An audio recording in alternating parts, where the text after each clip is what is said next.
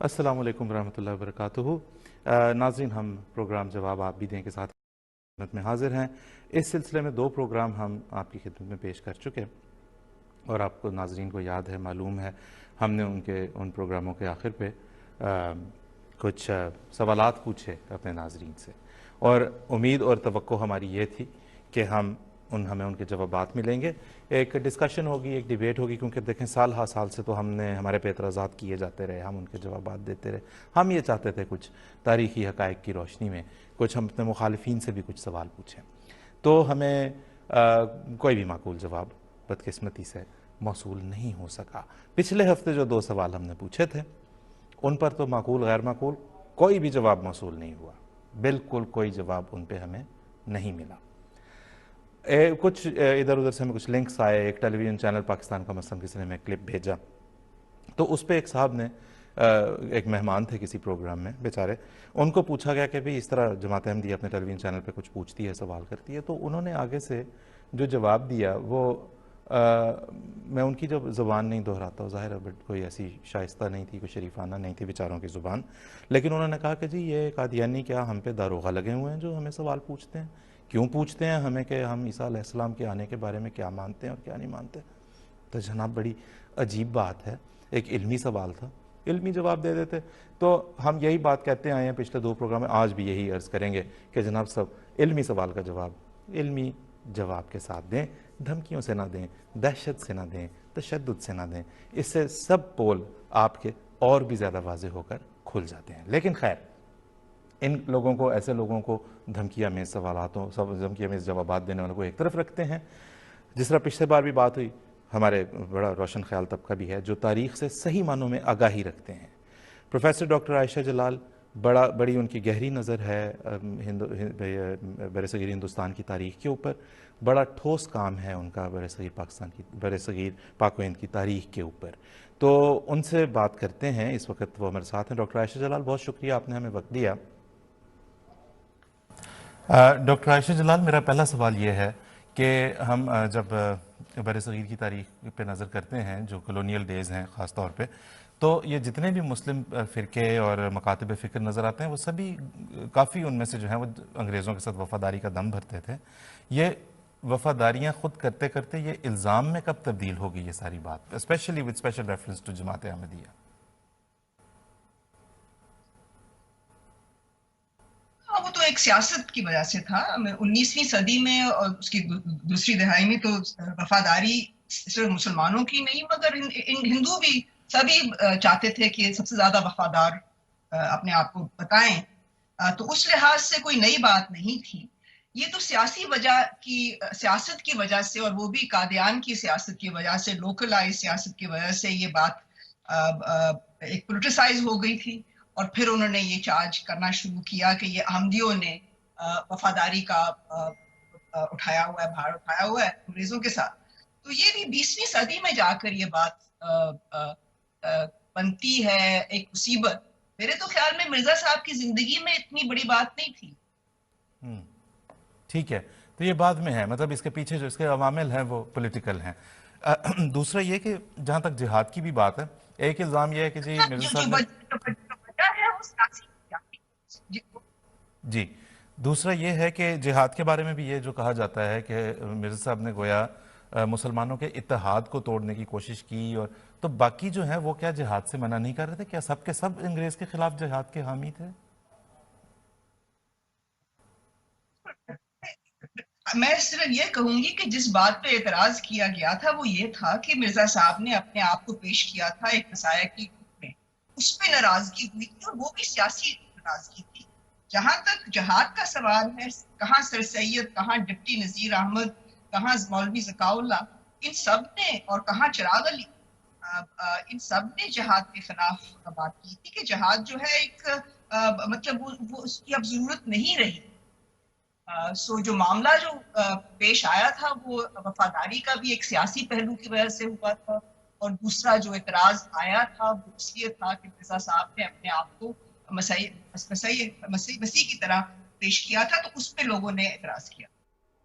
بہت شکریہ ڈاکٹر عائشہ جلال۔ नाज़रीन, जैसे आपको मालूम हो चुका होगा, एक बड़ा एतराज़ जो जमात अहमदिया पे किया जाता है, अंग्रेज़ के साथ जनाब बड़ी वफ़ादारी कर दी, बड़ा इजहार कर दिया, गोया उम्मत मुस्लिमा के साथ नाउज़ुबिल्लाह गद्दारी कर दी हज़रत मिर्ज़ा साहब अलैहिस्सलाम ने, और ये कि जी जिहाद से मना कर दिया अंग्रेज़ के ख़िलाफ़, ये क्या जुल्म कर दिया, क्या हो गया, इसकी हकीकत का कुछ आज हम अभी डॉक्टर आयशा जलाल ने सम अप कर दिया बड़ा अच्छे तरीके से। नसीर हबीब साहब हमारे साथ हैं। नसीर हबीब साहब, आपसे भी हम यही बात पूछना चाहते हैं कि अंग्रेज़ हुकूमत में ऐसी, पहली तो बताएं कि किस नौइयत की हुकूमत थी, उनकी अच्छी बात क्या थी जब वो बरतानिया पर, जब हिंदुस्तान पर जब उनकी हुकूमत थी, और ये अचानक एक इल्ज़ाम में कैसे तब्दील हो गया?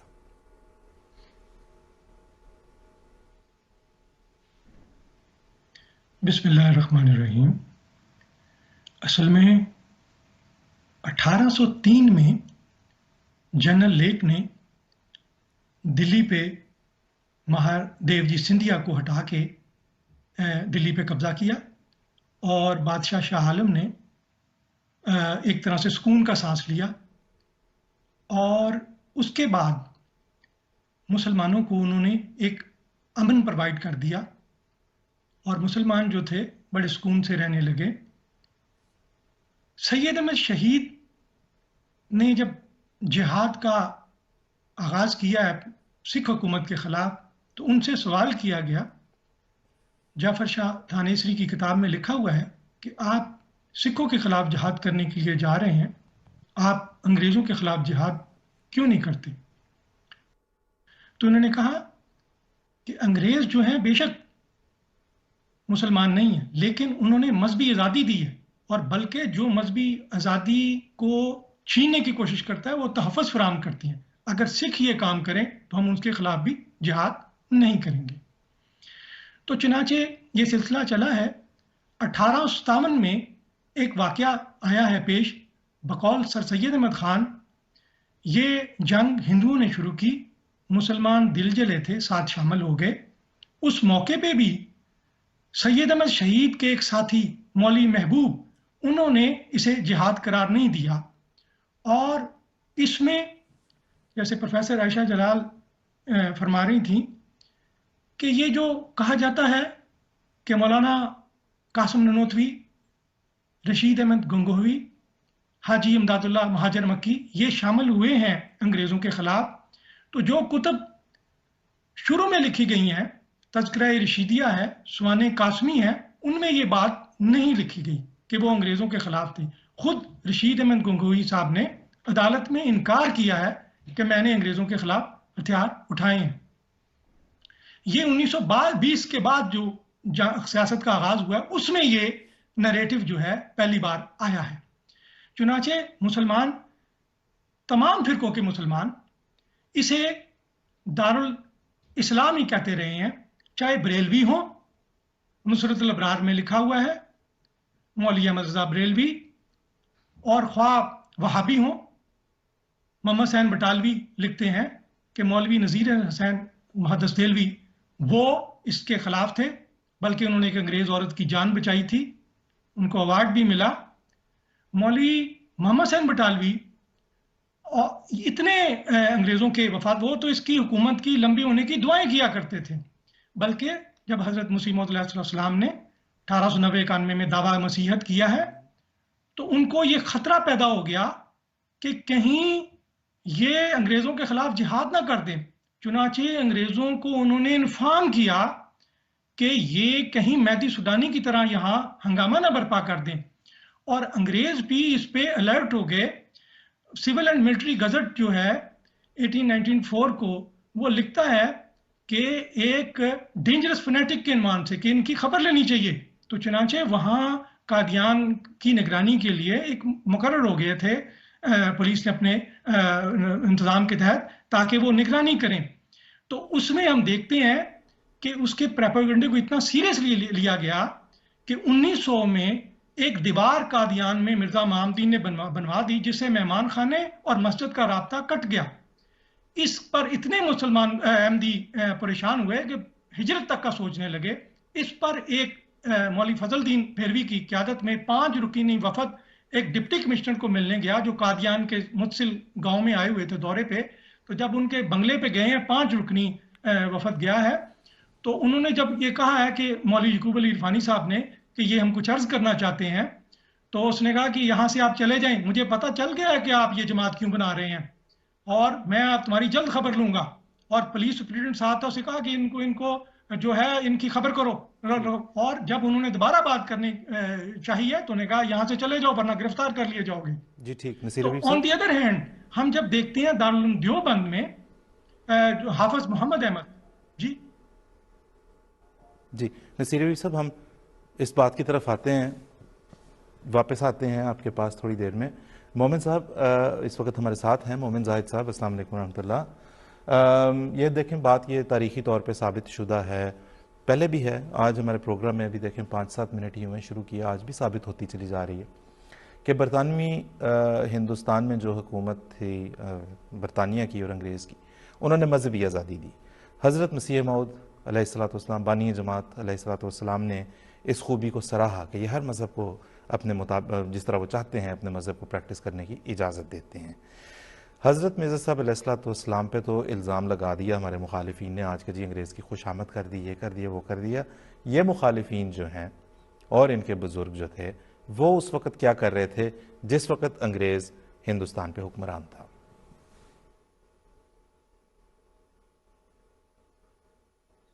ज़ाकमुल्लाह आसिफ साहब, अंग्रेज़ हुकूमत की जिन खूबियों का भी जिक्र हुआ है, मुसलमान उलमा और सियासी लीडरान भी उन खूबियों को बड़ी कदर की निगाह से देखते थे।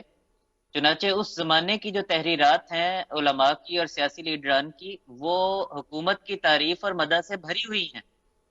चुनाचे उलमा के तबके में से मौलवी मोहम्मद शाह बटालवी साहब की बस तहरीरात पेश करता हूँ। उन्होंने अपने पर्चे इशाअत सुन्ना में मिसाल के तौर पर लिखा कि अमन आम और हुस्न इंतजाम की नज़र से ब्रिटिश गवर्नमेंट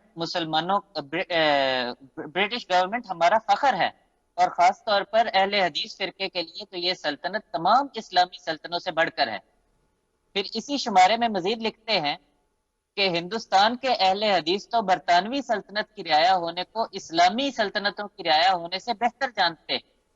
और किसी और मुल्क का महकूम नहीं होना चाहते, खा वो अरब हो खा रूम हो यानी मौजूदा तुर्की। और फिर इसी सफ़े के हाशिए पर लिखा कि अगर खिलाफत उस्मानिया की हमारी गवर्नमेंट से लड़ाई हुई तो हिंदुस्तान के अहले हदीस मुसलमान हुकूमतों की मदद नहीं करेंगे बल्कि अपनी मेहरबान गवर्नमेंट पर ही जान निछावर करेंगे। इसी तरह अगर देवबंदी फिरके के बुजुर्गों का जिक्र करें तो अभी नसीर हबीब साहब ने सैयद अहमद बरेलवी शहीद का जिक्र किया है।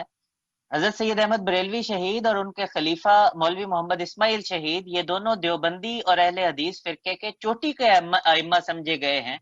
और इन दोनों बुजुर्गों ने भी अंग्रेज हुकूमत की इन्हीं खूबियों का जिक्र किया और उनके खिलाफ अदम जिहाद का फतवा दिया। तो ये हवाले उनके करीबी मोतमद मौलवी जाफर थानेसरी साहब ने जो उनकी सवानें लिखी हैं उसमें से लिए गए हैं। वो लिखते हैं कि सैयद अहमद साहब जो है जब सिखों से जिहाद के लिए जाते थे तो किसी ने पूछा कि इतनी दूर सिखों से जिहाद के लिए जो जाते हो तो अंग्रेज भी मुनकर इस्लाम है, घर के घर इन्हीं से जिहाद कर लो। तो सैयद अहमद साहब ने फरमाया कि भाई सिखों से लड़ने की वजह तो ये है कि वो मुसलमानों पर जुल्म करते हैं, जबकि अंग्रेज हुकूमत तो मुसलमानों पर कोई जुल्म नहीं करती, ना उनको फराइज मजहबी से रोकती है, तो हम अंग्रेज से क्यों जिहाद करें। और आगे लिखा है कि ये बेहतरीन जवाब सुन के फिर साइल को जिहाद की असल मफहूम समझ आ गया और असल गर्ज समझ आ गई। इसी तरह उनके खलीफा मौलवी मोहम्मद इस्माइल शहीद साहब का फतवा भी इसी किताब में लिखा है। वो कहते हैं कि एक दिन वो बात कर रहे थे तो किसी ने पूछा कि सरकार अंग्रेजों से जिहाद करना दुरुस्त है, तो उन्होंने जवाब दिया कि भाई ऐसी बेरूरिया और गैर मुतासिब सरकार पर जिहाद करना किसी भी तरह दुरुस्त नहीं, सिखों से जिहाद। फिर बरेलवी फिरके का अगर जिक्र करें तो उनके बानी जो अहमद रजा खान बरेलवी साहब थे, उन्होंने भी कसरत से अंग्रेजों के हक में मुख्तलिफ तरह के फतवे जारी किए हैं और खुद अंग्रेज मुसन्निफीन ने इस बात का एक पार्ट किया है। लेकिन मैं असल फतवा पेश करता हूँ। 1920 में उनसे यह सवाल किया गया कि सल्तनत उस्मानिया तबाह बर्बाद की जा रही है, क्या इस इस्लामी सल्तनत के दुश्मन जो काफिर हैं यानी और अंग्रेज, इनसे दुश्मनी रखें, इनसे नफरत करें या ना करें। तो इसने जवाब दिया क्योंकि अब अंग्रेज हुकूमत की वफादारी के खिलाफ फतवा तो नहीं दे सकते थे, तो एक अजीब गोलमोल सा फतवा दिया। फरमाने लगे कि भाई ये ठीक है कि कुफर की एक किस्म नसरानियत यानी ईसाइयत, लेकिन वो कहते हैं कि इससे बदतर मजूसियत है, उससे बदतर कुफर की किस्म बुत परस्ती है यानी शिर्क। پھر اس سے بدتر وہابیت ہے، اور ان سب سے بدتر قسم اور خبیث تر قسم دیوبندی، وہ کہتے ہیں کہ جب تم ان بدترین کافروں سے تعلق رکھتے ہو تو ادنا درجے کے انگریزوں سے فتوے کیوں مانگتے ہو؟ اگر اللہ تو انگریز سے 1 درجے رکھو، بت پرست سے 1,00,000 درجے، بندیوں سے کروڑ درجے نفرت کے دعوے جھوٹے۔ یعنی آپ اندازہ کریں کہ انگریز سے نفرت کا فتویٰ مانگا گیا تھا جو وہ نہیں دے سکتے تھے، ویسے تو انہوں نے مسلمان علامہ اقبال کا اگر ذکر کریں تو ان سے بھی بہت لوگ عقیدت رکھتے ہیں پاکستان میں۔ ایک تو ملکہ وکٹوریہ موقع پر علامہ اقبال نے 110 مرثیہ لکھا، اور اس مرثیے میں زمین آسمان کے کلابے ملائے، اور پھر کہا کہ اگرچہ مومن زاہد صاحب آپ کی بھی آڈیو کے ساتھ ہمیں تھوڑا سا مسئلہ ہے، اگر آپ دیکھ سکیں کہ آپ کے اینڈ پہ سب کچھ ٹھیک ہے، ہم بھی یہاں پہ ادھر کنٹرول روم میں دیکھتے ہیں کہ یہاں پہ بھی سب ٹھیک ہے، کچھ تھوڑا سا ایشو آپ کی آڈیو کے ساتھ ہے، اور نصیر حبیب صاحب کے بھی تھا، لیکن مجھے لگتا ہے کہ اب تک ٹھیک ہو چکا ہوگا۔ تو جتنی دیر مومن صاحب اپنی اینڈ پہ دیکھ رہے ہیں اور ہم یہاں پہ دیکھ رہے ہیں، اتنی دیر میں ہم نصیر حبیب صاحب کے پاس واپس چلتے ہیں۔ نصیر حبیب صاحب آپ ہمیں بتا رہے تھے بھی پہلے جب بات آپ سے ہوئی کہ جب مقدمہ دیوار لے کے، جو کہ قادیان میں بڑا ظاہر ایک تکلیف دہ ایپیسوڈ تھا، مرحلہ تھا، تو اس پہ انگریز نے جس طرح سے جو ہے وہ مظاہرہ کیا، انگریز اس وقت جو بھی کوئی وہاں پہ تھا افسر،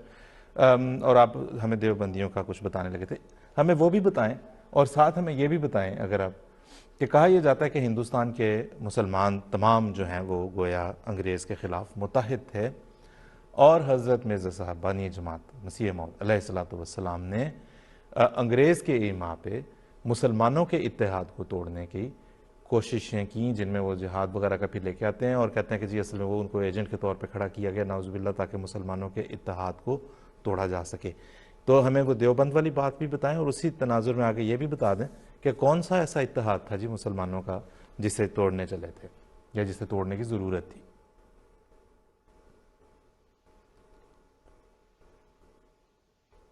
جی، اصل میں عرض کرتا ہوں کہ جب دیوبند میں ایک مسئلہ پیش آیا، ان کے مدرسے کے قریب سے ایک نالا گزرتا تھا، وہ آگے تعمیر کرنا چاہتے تھے اور مقامی حکام ان کی بات نہیں سن رہے تھے، چنانچہ وہ ان کو گورنر کو انوائٹ کیا گیا، گورنر ان کے مدرسہ دیوبند میں آیا، یو پی کا گورنر، اور اس کو سپاس نامہ پیش کیا گیا، اور اس نے اپنے خرچے پہ اس نالے کو وہاں سے ریموو کیا، اور اس پہ جو تھے اتنے وہ مولانا محمد حافظ محمد احمد صاحب بہت ممنون ہوئے ان کے، اور جب دیوبند کا ایک گروپ جو تھا، حافظ مولانا شیخ الہند محمود الحسن اور مولانا عبید اللہ سندھی، جب فرسٹ ورلڈ وار سٹارٹ ہوئی ہے تو وہ کابل گئے ہیں، بھجوایا ہے شیخ الہند صاحب نے عبید اللہ سندھی صاحب کو کہ وہاں سے جا کے حملہ کروائیں، تو چنانچہ وہاں وہ گئے ہیں، تو وہاں حکومت موقتہ ہند کا قیام عمل میں آیا ہے کابل میں، جس کے سربراہ مہاراجہ پرتاپ سنگھ تھے۔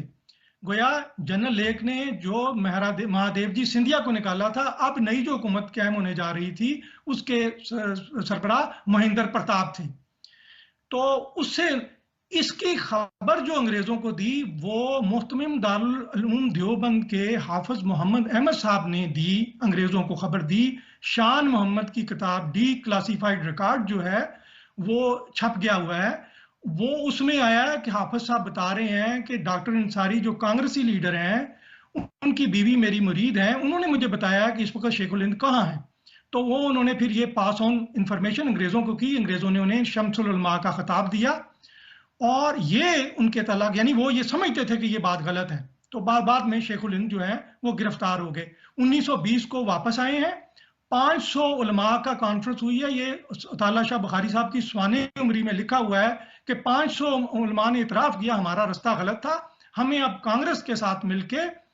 جو ہے جدوجہد کرنی چاہیے۔ تو دوسری طرف میں یہ کہتا ہوں کہ یہ کہتے ہیں کہ حضرت مسیح موعود علیہ السلام کو کھڑا کیا انگریزوں نے مسلمانوں کا اتحاد توڑنے کے لیے، تو آپ اس میں یہ دیکھیں کہ 1870 میں انگریزوں کی پالیسی جو ہے مسلمانوں کی طرف بڑی مشفقانہ ہو گئی تھی، بڑا شفقت کا سلوک کرنا شروع کر دیا تھا۔ 1885 میں کانگریس بن گئی تھی اور کانگریس کے مطالبات دن بدن بڑھ رہے تھے، 1905 में तकसीम बंगाल के खिलाफ जो मुस्लिम सूबा पहला वजूद में आया, तो एक ऐसा रद्द-ए-अमल कांग्रेस की तरफ से और हिंदुओं की तरफ से आया कि जैसे अंग्रेजों को यूं लगा जैसे हमारा तो यहाँ से कैंप उठा के जाना पड़ेगा। चुनांचे इस तनाजर में शिमला वफद पेश होता है, मुसलमानों अपने हकूक के तहफ़्फ़ुज़ के लिए सामने आते हैं। इस पे लॉर्ड मंटो बहुत खुश होता है और वफद को यकीन दिलाता है कि कोई हिंदुस्तान में तब्दीली नहीं आएगी जो आपकी मर्जी के और आपके मफादात के खिलाफ हो। चुनांचे अंग्रेजों के ये मफाद में था कि मुसलमान यूनाइट रहें। तो चुनांचे जब मुस्लिम लीग 1906 को बनी है, उसका पहला जो मकसद था, ऑब्जेक्टिव था, वो ये था कि मुसलमानों के दिल में हुकूमत बरतानिया के लिए वफादारी के जज्बात को तरक्की देना। अब अंग्रेज जो है वो कोई इतने बेसमझ और बेवकूफ़ तो नहीं थे कि जो जमात बासियत जमात मुसलमान उनको सपोर्ट के लिए खड़े हो रहे थे और एक तरफ कांग्रेस की तरफ से चैलेंज था उन्हें, वो उसे ही तोड़ देते, तो उसे तोड़ने का तो कोई सवाल ही पैदा नहीं होता था। ये तो हमेशा अंग्रेजों ने कहा कि हम प्रोटेक्शन के लिए हैं। कांग्रेस का ये नजरिया था कि ये हिंदुस्तान की वाहिद नुमाइंदा जमात जो है वो नेशनलिस्ट जमात है, वो कांग्रेस है। तो इस पे मौलाना हुसैन अहमद मदनी भी मुतफिक थे। वो ये कहते थे कौमें औतान से बनती हैं, मजहब से नहीं बनती। चुनांचे तहरीक खिलाफत में ये लोग करीब आए हुए हैं कांग्रेस के साथ और उस पे इनको कांग्रेस का फलसफा बहुत पसंद आया। तो अहरार इतने मुतासर हुए कि उन्होंने जब मुस्लिम लीग मुतालबा करती थी मुसलमानों के हकूक का और नेहरू रिपोर्ट को खतरनाक समझती थी, तो वो ये समझते थे कि नहीं कांग्रेस का नजरिया ठीक है। तो उसके लिए इस पे कोई हमें शिकवा नहीं है, ठीक, हर एक का अपना अपना नजरिया होता है। लेकिन असल शिकवा ये है कि वो इस हद तक चले गए कि मौलाना ताला शाह बुखारी गांधी जी के लिए कहते थे ये बिलकुवा नबी है, और उसके लिए कहते थे हर आदमी नेहरू जैसा खुतबा पढ़े। और लेकिन कायदे आज़म के बारे, और मौलाना हबीबुर रहमान लुधियानवी ने गांधी की पैरवी में अपनी दाढ़ी कटवा दी, हालांकि मौलवी थे लेकिन वो इतना खुश हुए गांधी के साथ। लेकिन दूसरी तरफ कायदे आज़म को तनकीद का निशाना बनाते थे, कहते थे 6 फुट के जिस्म पे इस्लाम नाफज नहीं कर सका, उनकी क्लीन शेप पे एतराज था, लेकिन गांधी की जो पैरवी में अपनी दाढ़ी कटवा दी उन्होंने। और उनको कहते थे काफिर आजम है, और गांधी जी को कहते हैं बिलकुवा नबी है, और मुस्लिम लीग को जो वोट देगा वो सूअर है और सूअर खाएगा। और बरेलवी उलमा 1939 में फतवा देते हैं कि ये कायदे मौलाना मोहम्मद मियाँ के कायदे आज़म राफजी है और मुस्लिम लीग जो है वोट इसमें जो है वो जाना ठीक नहीं है। तो ये जो उलमा का नजरिया था, ये कांग्रेस के साथ मिलके हमेशा मुस्लिम, जब कायदे आज़म 1928 में कलकत्ता का ऑल पार्टीज कलकत्ता कॉन्फ्रेंस में गए हैं, तो आपने ये मुतालबे पेश किए हैं नेहरू रिपोर्ट में तरमीम करो, उन्होंने यही इतराज किया है आप किसकी नुमाइंदगी करते हैं, आप सबकी नुमाइंदगी नहीं करते। तो इस पे इस वजह से उनका मौकफ कमजोर हुआ। हालांकि अंग्रेजों का ये मफाद में नहीं था कि मुसलमानों का जो है वो टुकड़े टुकड़े हों। बहुत शुक्रिया आपका नसीर हुसैन, जज़ाकल्लाह। लेकिन बड़ी तफसील के साथ अभी नसीर हुसैन ने बताया। दूसरी बात यह है कि ये जिस तरह से बता रहे थे कि मुस्लिम लीग का जो दस्तूर असासी बना वो उनका तबसरा नहीं था नसीर हुसैन का, वो फैक्ट है कि जो उनका दस्तूर असासी बना और जिसे ग्रीन बुक के नाम से मौसूम किया गया, मौलाना मोहम्मद अली जौहर ने वो तहरीर की थी, ये उसमें लिखा हुआ है पहला मकसद कि मुसलमानों के दिल में अंग्रेज़ हुकूमत के लिए हमदर्दी के जज्बात पैदा करना मौजूद है तहरीर में। इसलिए हम गुजारिश अपने नाज़रीन से यही किया करते हैं कि जब इन सवालात के जवाब आप लेके आएँ तो खुदारा उसमें तैश में ना आएँ, उसमें बुरे भले अल्फाज ना इस्तेमाल करें, जाके किताबों में से देखें तारीख़ में क्या लिखा है, उसके हवाले से ला के यहाँ पे बात करें। हमें बड़ा अच्छा लगेगा, आपके सवालात को हम यहाँ पे एड्रेस भी करेंगे। आज भी कुछ हमने आपको सवाल देने, 5 सवालात तो उधार हैं हमारे मुखालिफिन की तरफ, आज भी 2 सवालात हमको दे के भेजेंगे। एक पिछले दिनों में जो देखने में आई बात वो ये है कि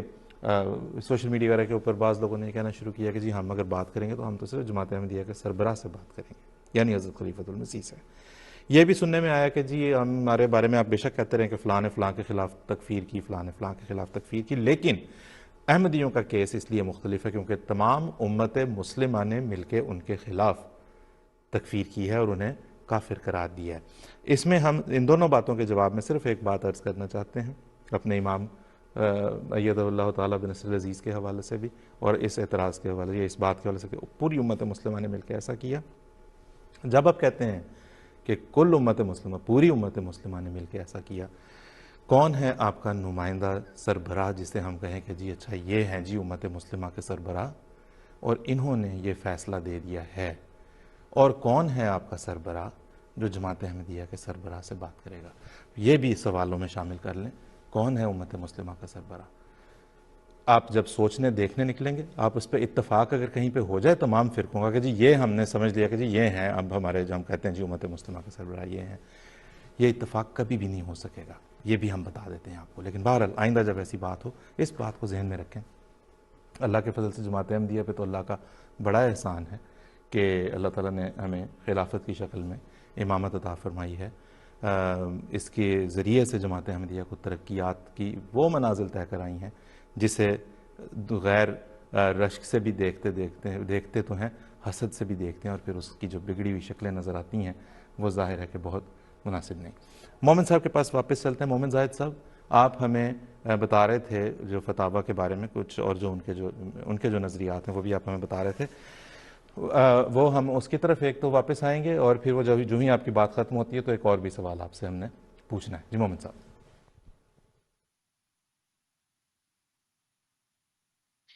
जी असद, मैं बस आखिर में आपको ये बता रहा था, मिसालें ही हैं, बहुत सारी मिसालें यानी दी जा सकती हैं। आखिरी जो मैं मिसाल दे रहा था वो अल्लामा इकबाल की थी, क्योंकि उनसे भी बहुत लोग अकीदत रखते हैं। तो मैंने बता रहा था कि 1901 में मलिका विक्टोरिया का ईद उल फित्र के रोज़ इंतकाल हुआ था, और उस मौके पर अल्लामा इकबाल ने जो 110 अशार का जो एक मरसिया लिखा, उस मरसिये में मलिका की तारीफ में ज़मीन आसमान के कलाबे मिलाए गए। और वो कहते हैं कि अगरचे ईद का रोज़ है, मगर मलिका की वफ़ात की वजह से हमारे लिए तो ये मुहर्रम की तरह है। और फिर मलिका की वफ़ात के बारे में ये भी कहते हैं कि गोया हिंदुस्तान के सर से साया खुदा ही उठ गया है। तो ये सिर्फ चंद नमूने हैं जिनका जिक्र किया है मैंने पहले। तो आप यकीन माने कि हर एक फ़िरके के बुजुर्गान के बेशुमार फतवे हैं जो इस मौके पर दिखाए जा सकते हैं कि वो किस तरह से अंग्रेज़ों की इताअत का दम भरते थे। बेहतरीन, बहुत शुक्रिया मोहन साहब। अगले एक एतराज़ की तरफ हम आते हैं जो हमारे मुखालफिन की तरफ से किया जाता है कि अंग्रेज़ के ख़िलाफ़ जो है वो जिहाद को ममनू करार दे दिया, और ये एक उनके ऊपर इल्ज़ाम जो लगाया जाता है। हजूर ने फरमाया, हम तो बड़े इसका इकरार करते हैं कि हजूर अलैहि सलाम ने फरमाया कि भाई अंग्रेज़ हुक्मरान जो है वो मजहबी आज़ादी दे रहा है, उसके ख़िलाफ़ जिहाद की ज़रूरत नहीं है। लेकिन हमें अगर आप ये बताएं कि अंग्रेज़ हुकूमत के ख़िलाफ़ जिहाद कर, जब हम गैर मुनक़सिम हिंदुस्तान की बात कर रहे हैं, उसमें दीगर मुसलमान मकातब फ़िक्र जिहाद के बारे में बिलखसूस क्या नज़रिया रखते थे?